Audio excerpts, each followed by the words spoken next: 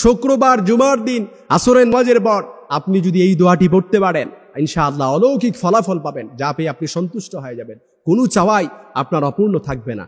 শুক্রবার জুমার দিন আসরের নামাজ যখন শুরু হয়ে যাবে, আসরের নামাজের পর একেবারে শেষ মুহূর্তে, মাগরিবের আগ মুহূর্তে, গৌধূলির সময় যেটাকে বলে, ওই সময়ে যদি আপনি এই দোয়াটি 21 বার পড়তে পারেন, সকলেই আমরা দোয়াটা পারি ইনশাআল্লাহ, শুধুমাত্র এই দোয়াটি 21 বার পড়বেন, আল্লাহর ওপর ইত্তেবা রেখে, ইস্তেআনাত রেখে, পরিপূর্ণ তাওয়াক্কুল রেখে, ইনশাআল্লাহ দেখবেন আপনি অলৌকিক ফলাফল পাবেন। এটা আমি বলে দিচ্ছি, কারণ শুক্রবার জুমার দিন এটা আল্লাহ তাআলার কাছে সর্বশ্রেষ্ঠ দিন, সর্বোৎকৃষ্ট দিন।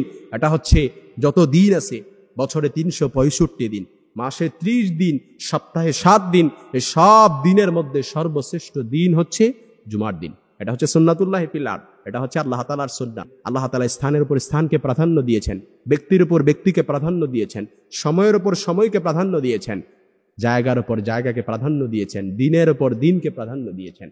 আর এই সব দিনের উপর প্রাধান্য দিয়েছেন জুমার দিন, ঈদুল আজহার দিন, ঈদুল ফিতরের দিন। এই দিনগুলো আল্লাহ তাআলার কাছে সর্বশ্রেষ্ঠ দিন, সর্বোৎকৃষ্ট দিন।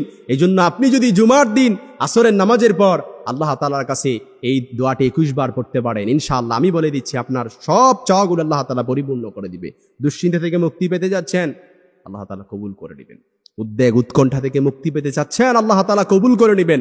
এমনকি ঋণের বোঝায় চাপা পড়ে আছেন, জর্জরিত আছেন, আল্লাহর কাছে দোয়া করছেন, কবুল হচ্ছে না, শুক্রবার আসরের পর এই দোয়াটি 21 বার পড়ে দুহাত তুলে আল্লাহর কাছে বলেন, কায়মানুবাক্যে পরিপূর্ণ তাওয়াক্কুল আর বিশ্বাস রেখে বলেন, আল্লাহ তাআলা কবুল করে নেবেন ইনশাআল্লাহ। আমরা সকলেই দোয়াটা পারি। দোয়াটা হচ্ছে কোরআন আল কারীমে আল্লাহ তাআলা বলেছেন, ফাকুল তুস্তাগফিরু রাব্বাকুম ইন্নাহু কানা গাফফারা ইউরসিলিস সামা আলাইকুম মিদরারা ওয়া ইউমদিদুকুম বিআমওয়ালিন ওয়া বানিনা ওয়া ইয়াজআল লাকুম জান্নাতিন ওয়া ইয়াজআল লাকুম আনহারা। অর্থাৎ কেউ যদি সবসময় ইস্তেগফার পড়ে, আল্লাহ তাআলা তাকে এমন রিজিক দিবে, এমন বারাকা দিবে, ধন সম্পদে বারাকা দিবে, সন্তান সন্ততিতে বারাকা দিবে, মালে বারাকা দিবে, এমনই কি আল্লাহ তাআলা আকাশ থেকে বৃষ্টি বর্ষণ করবে, রহমতের বৃষ্টি বর্ষণ করবে। আপনি দেখবেন সব সময় ইস্তেগফার পড়ার কারণে আপনার পরিবারের মধ্যে আল্লাহ তাআলা সাকিনা নাজিল করে দিয়েছেন, বরকত নাজিল করে দিয়েছেন।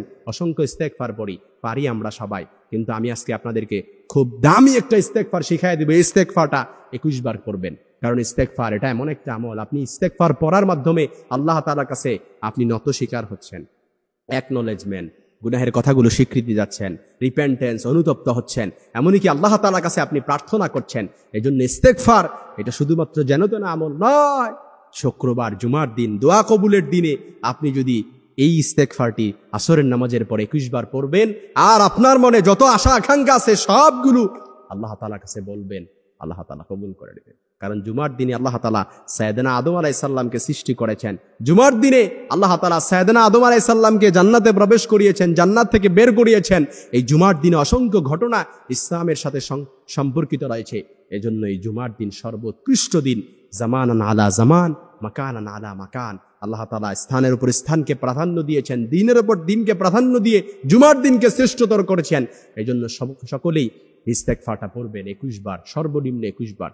মাগরিবের আগ মুহূর্তে, গৌধূলির সময়, যেই সময়টা খুব সুন্দর হয়, ওই সময়টাতে পড়বেন, আস্তাগফিরুল্লাহ আল্লাযী লা ইলাহা ইল্লা হুয়াল হাইয়ুল কাইয়্যুম ওয়া আতুবু ইলাইহি লা হাওলা ওয়ালা কুওয়াতা ইল্লা বিল্লাহিল আলিয়্যিল আযীম।